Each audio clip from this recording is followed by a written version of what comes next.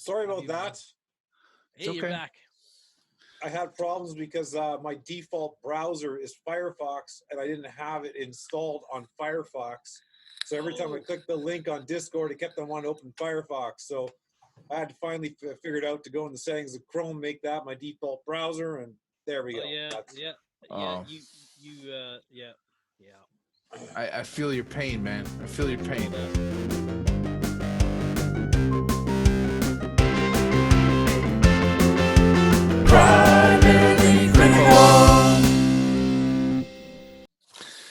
Hello, everyone, and welcome to Primarily Critical. If movies had an after party, this would be it. If you have not seen this film, we suggest that you do so before listening and viewing any further. Because we got spoilers, trivia, and opinions like crazy, and we can't wait to share them. Good, bad, new, old, or gross, we pass judgment on them all. I took your line. Sorry. You did. Today, if you're going to hire goons, make sure they're loyal. My name is Steve. I'm here with Phil. John. Yeah. These two fine gentlemen. Today we're covering Uncut Gems. This is my pick. I picked this. I had heard good things about it. It was Adam Sandler. I'm a fan of Adam Sandler, and I'm a fan as well. Yeah. I'm a fan. Yeah, I just thought, well, let's give it a go, right? I wanted to see it eventually, so I thought, well, what better way than to drag you guys kicking and screaming through the streets of New York? It's New York, right? Yes. Yeah, New York. I think so. Yeah. I heard good things about this movie. I was actually going to see it anyways, but then you picked it, so here we are. Yeah, so it's on Netflix. It was a big deal, right? It had a limited run in the movie theaters, and then it went straight to Netflix. And it's like that was a big deal. So I don't know what kind of money exchanged hands to get that deal with Adam Sandler and such, but here it is. And We've seen a movie by this director already. You know that? Which one? The directors, plural, are Josh and Barry Safdie. They are the ones that they did that movie with the girl in the streets. We did it recently. Oh, wow, the addict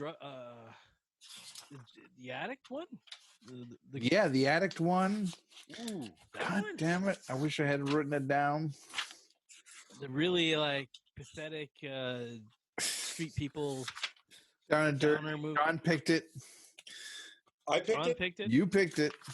And why I have no idea what you guys are talking about. No idea. And of course, I didn't write down the title. Actually, I think I do have some idea, but I can't remember it myself. So I don't know. But whatever. Let's we talk know about what you're talking about. We know what you're talking about. You can throw in a comment, or you can attach something later. Yeah. I'll post. Post, yes. So this dude, what's his name? Howard. Howie. I really had there was nobody in this movie I liked. That was a problem for me. Did you guys like anybody in this? Yeah, that was a problem for me as well. I mean, I did kind of like his mistress. Yep. I thought she was all right, you know. By the end of it, I thought really? She was. She actually loved him, right? I think by the end of it. And anyways, I was the same attitude. I really didn't root for the main guy, Howard. I could take or leave him. I know. He was a mess. He was a human garbage fire, right? He was. So, I agree on that note, Steve. I definitely don't dislike the mistress, but she was a little flaky, don't you think? She was in a closet with Weekend, you know. Oh yeah. Okay, she was young. She said no means no. Right. And she said no multiple times to this guy, and he kept on, you know. Come on, but who? But then then she said, "How did you get so hard?" or something like that. You know. Yeah. Yeah. Well, you know. Yeah. Here's the Right. thing. Here's the thing. Here's the thing. Howard's in no position to be judging people. Oh God, Look no. at him. He's cheating on his No. wife. He's No. a he's a he's a disaster. He's a gambler. He's an addict. He never has enough, right? He seems like one of those guys. Like, you're good, man. You're good. You won here, or whatever. Oh, I gotta get more. And everybody wants a piece of him because he owes money to everybody. Yeah. So it's a ridiculous life he's living. But yet he's juggling it up to that point, I guess, right? He's got a beautiful family, he got a beautiful house, he's got a apartment for the condo for the mistress, and it's right. And he's got his store. It's crazy. It's crazy. He gets this gem, and the first thing, and he loans it to somebody, right? He loans it to the basketball player. But then why the fuck would he do that? Well, and then he gets the ring, and the first thing he does is he goes and pawns it so he can have cash in it. Oh my God. Exactly, because he owes those guys. He owes his was that his cousin or who was the family member? Throughout the whole movie, he's got him and his goons. They're always trying. Are you talking about Arno there? Arnie or whatever? Arnold or whatever? Okay, so that's my understanding. That's his sister's husband. So because when he's talking, brother-in-law. Okay, right. I thought it was a cousin or something related like that. I didn't catch that. But like, so the whole movie he's being hounded by those guys, and it kind of got a little tiring. The first 20 minutes of this movie and the last 20 minutes of this movie were really intense. I thought, like, you set up the guy, and then for the rest of the movie, it kind of like felt like this guy is a loser. Why I kind of was losing interest, and I kind of dragged myself through the movie. It was entertaining enough, I guess. You know how that people refer to movies as a feel-good movie, okay? So you watch it and it makes you, hey, it makes you feel good, right? Puts a smile on your face, whatever. Okay, this is the opposite of that. This movie was nothing but stress from the word go, right? And it not only is it stress, it's this constant stress, but it's also chaotic. You got people constantly talking over each other. It's noisy, trying to keep following of what the dialogue is going on. Multiple people talk at the same time. And you get your brain can only take so much of this. Yeah, right? You get exhausted. You get exhausted as a viewer. You're kind of like, oh my God, like this is just blah blah blah blah blah blah blah blah, chatter, things going on, too much going on, too busy, too full. Yeah, exactly. That's what I'm saying. It's a very busy movie. Is that a New York thing? I think I don't know. I mean, New York is busy. I mean, everybody in the movie was like running game, and there was I was a headache from the word go. It got a little tiring, right? And I was starting I had to pause the movie and come back to it. It's a long movie. I mean, it's a long friggin' over 2 hours, is it not? Over 2 hours? I believe it was. I think it was. Do we have that written here, Steve? Yeah, it's here.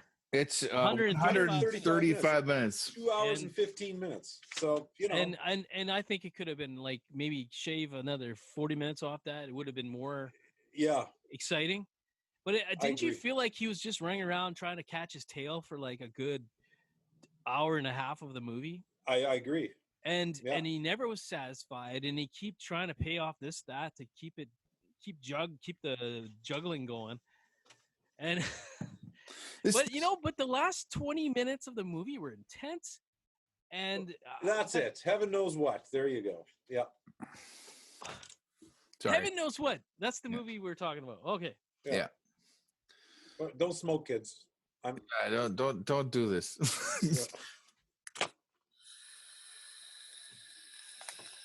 Oh man, where did my notes go?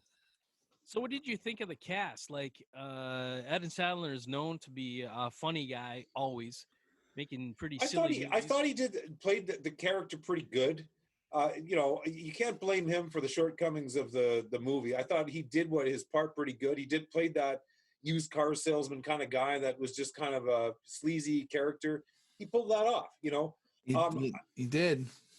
There was one moment where I thought the acting was weak, and it was when he was beaten up and he's all bloody, and his mistress finally comes in and to see him in the office there, and he's crying, and she's crying. I thought both of them, their acting, it was not.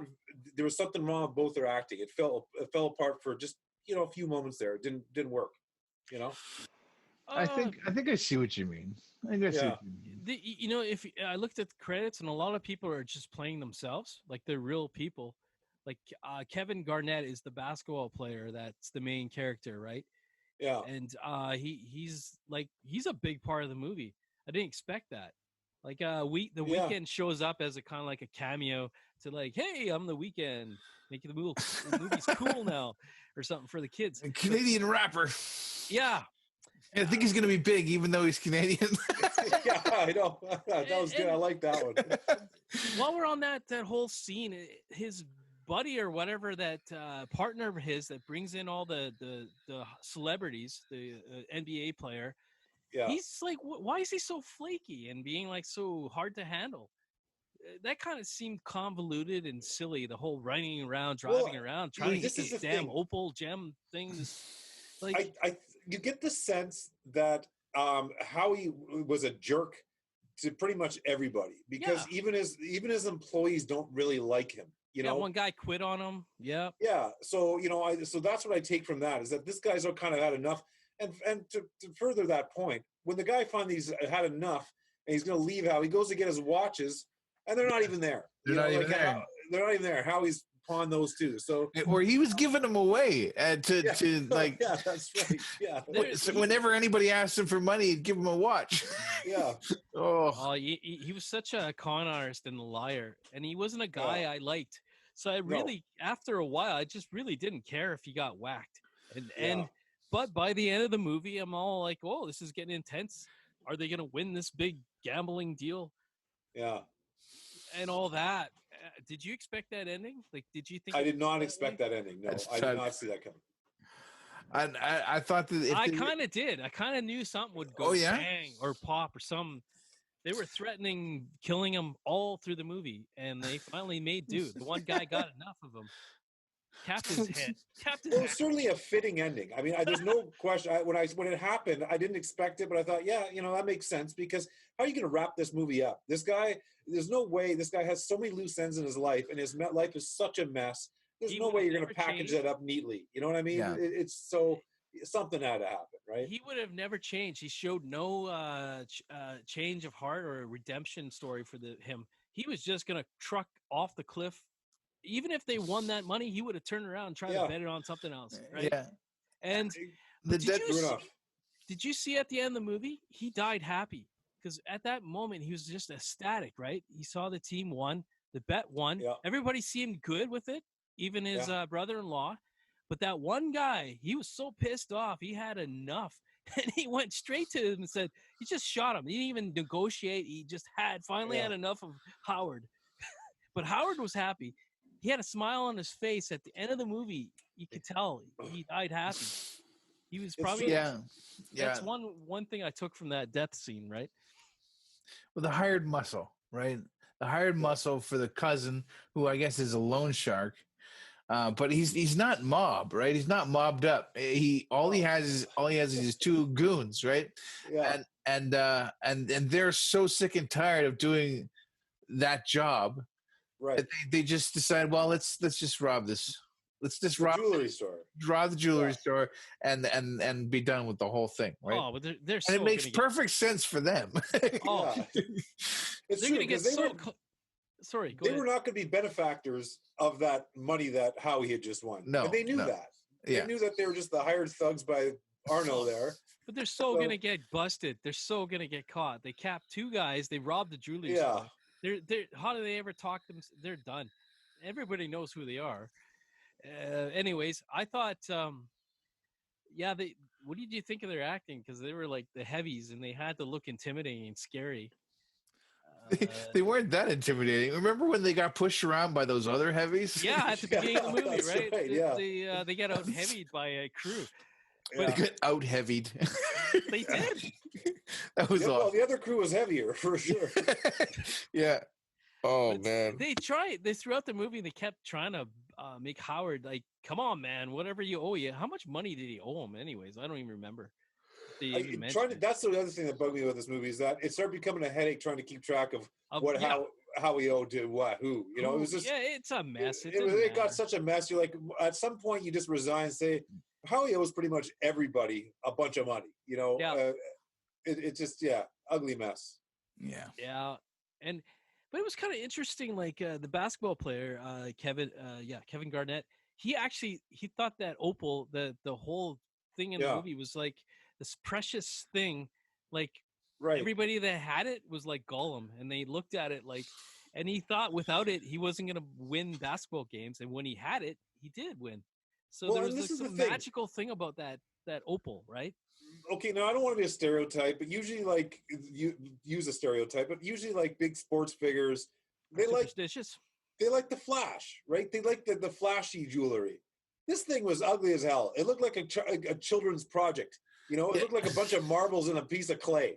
Right? That's why I think the movie was called Uncut Gems, right? It's uncut. It wasn't finished. But the fact that Kevin Garnett there is so infatuated with this piece of clay with a bunch of marbles in it, just to me seemed a little odd, right? But that is the thing. They're superstitious. Sports athletes are, by and large, they have to have the thing they think makes them put them on top, right? But why, when he first saw that, would he say to himself, that's the thing that's going to be lucky?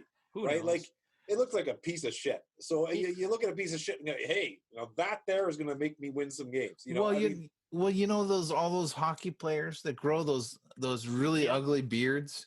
Sure. Playoff time, yes. Like hockey beards, and man, they're disgusting. Well, okay. Right. There you go. Okay, yeah. The uglier, the more lucky, maybe. Who knows? Yeah. Hey, yeah. But I'm not another thing that kind of irked me about this movie. I'm not one for the bling bling crowd. The people that gotta have the material things. I gotta have this car or this house to make myself feel good and look good to other people. Yeah. Peacocking. And so Howard's World existed to have all these high paying people to come around to buy this crap off him, even if it was counterfeit or it was legit. It was all a big scam and a big con to me. And like who has that kind of money to throw around for a rock? Exactly. But it's ridiculous. They're the kind of people, right? They're the ones that will spend whatever. Yeah. Yeah. And another thing too is like when Kevin Garnett's character asks Howard, how much did you pay for this rock? How much do you think that rock was worth? It was illegal. Yeah. Do you think he was lying? He's not lying. It's probably worth nothing. And I bet he didn't pay $100,000 for it. I bet he probably paid like. I don't believe anything 20, that guy said, right? Yeah. He was one of those guys. Nothing was probably. It was all bullshit. It was all lies. Yeah. All we know is it came in a fish. It wasn't a fish. Because it was illegal. It was what do they call it? A bloodstone or whatever. Blood diamonds or whatever. Yeah. Yeah. The opening scene was like sets the tone. Like this shit is like illegal or just people buy stuff like that. Not knowing what shit hell people have to go through to make it. Well, okay, so they could have had this whole angle where you had to decide as a viewer whether the stone was cursed, or he was a shithead, right? But they didn't go that way. They just they went straight down the road with Howie being a shithead, and I don't know. It was a little bit of magic, when in the opening scene they showed they traveled through his colon, right, into the gem, and then they end the movie with it going into the bullet hole in his head and back into that mystical, magical world of gems or whatever the hell that was. So there's something about that, right, Steve? I think. There was some magic going on there. There was maybe some magic going on there. There was definitely a scene where both Howard and Kevin look at that thing and go, "Ooh, they're like my precious." Yeah. Because he was obsessed with it, right? I don't know. Do you want to get into this trivia? Yeah, I think we're giving this movie way more credit than it. It was a highly regarded movie. A lot of people like this movie. Yeah. I think it won some awards, but I can't say that for certain. All right. So the first point of trivia gleaned off the internet goes something like this. The film was inspired by the Safdie brothers' father's time working as a salesman / runner for a man also named Howard in the Manhattan Diamond District. The Safdie brothers and their father are also Jewish and avid basketball fans. All right, so they had some backdrop to why they would be in this movie. Probably meant a lot to them in many ways. It could have meant something to them, yeah, for sure. Yeah, I think I mentioned that it's a lot of the people in this movie are just real people that are just acting, like they're just yeah real life people that live the world. I'll take the next trivia, I guess. Here, it was Julia Fox's idea for her character to have Howard's name tattooed on her ass. I thought that was a good touch, and I think that was smart in the movie. It was because you couldn't quite figure out if she was actually like just stringing Howie along, like a sugar daddy, just for his money. But to me, that tattoo said that no, she really loves this guy, and I actually believed that as the movie went on. I actually believe she really loved Howie. You know? I think you're right. That's a detail that made you think, oh, and it sets it up for a kind of a sad ending, I guess. I didn't feel sad at the ending. She got away quite well, actually. She had the money at the end. As long as she's careful. Yeah, it's a good point. I thought that guy that was flying her over there in the helicopter, that seemed like, what the hell? That was a weird guy there. That was an odd angle. I thought for sure he was gonna.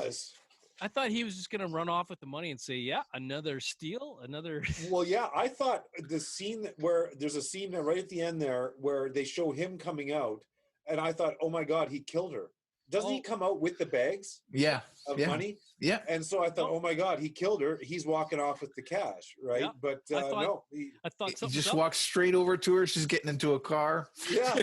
So she gets like how much? It was like over $1 million cash. Yeah, over $1 million. Yeah.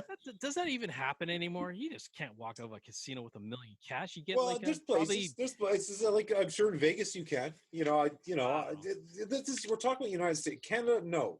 There's nowhere in Canada you can go and lay down probably $100,000 and bet it on any, I don't know. They're going to say, get out of here. Hollywood moment. I don't know, whatever. My understanding is actually the opposite. Because in the States, that money is taxable. So there's a guy waiting outside of the casinos, right? You win big. Tax, right? But in Canada they don't tax you if you win yes, but that's the tax laws. And so in the States though, my understanding is that if you win at a casino, the onus is on you to claim that on your income tax that you have to pay the tax on that, right? Whereas here Canada, you win big, you don't have to pay the tax on that. It's your money, right? Okay, all right. Details. Yeah. Well, because the casino's going to tell them who won. I'm pretty sure. Well, maybe. Yeah. I don't know. Yeah, maybe. I don't know. I don't know how that works. I've never won big. You know what comes to mind? So we didn't even talk about this. That whole security jewelry thing where they had to go through the checkpoint door. And what a shitty system that was. Eh? I know, but it was intense because it was a smart mechanism to hold those guys for a whole freaking basketball game. That's what's made that thug guy so pissed off. He was dying in there. It looked roasting hot in there. It looked like it was probably 40 degrees warmer between the doors than it was where Howie was, right? They're all dripping in sweat. They look like they're actually dying the way their eyes are drooping on Arno there. He lost his shit, man. He had murder on his mind. He was like, I don't give a shit about anything anymore. And he capped both of them. And I thought that was a cool prop in the movie to create a lot of drama throughout the whole movie. They were having problems with it, right? Yeah. And they had to like stick a knife in there, and then who knows what. And it was bulletproof. So a great mechanism. But he made them watch the whole freaking basketball game. All right. Who read the tattoo ass thing? I did, yeah. Okay, so Adam Sandler's wife convinced him to take on the role after reading the screenplay and watching Good Time, 2017. Can any of you guys comment on Good Time in 2017? Sorry, I haven't seen it, but it was the movie they made in between. What Heaven knows what. Heaven knows what, and this one. Oh, Okay. maybe we should check that one out next. Maybe. You know what? I applaud Adam Sandler. He's got all the money he probably ever wants in the world. He's trying things, and he really, really went for it. He looked pudgy in that movie, and he looked pretty like he was always on high anxiety, stressed out, like neurotic. But he did it for the whole movie. That's a lot. Yeah. Yeah, I mean, he went for it for sure. So good for him. Try things. I mean, he could just keep making stupid movies for the rest of his career, but try something different, right? Yeah, I mean, I don't want to criticize this movie too badly. There was a lot of good things about this movie. It's like when you take the overall package and the overall delivery, it had shortcomings, right? Things that were annoying, I would say.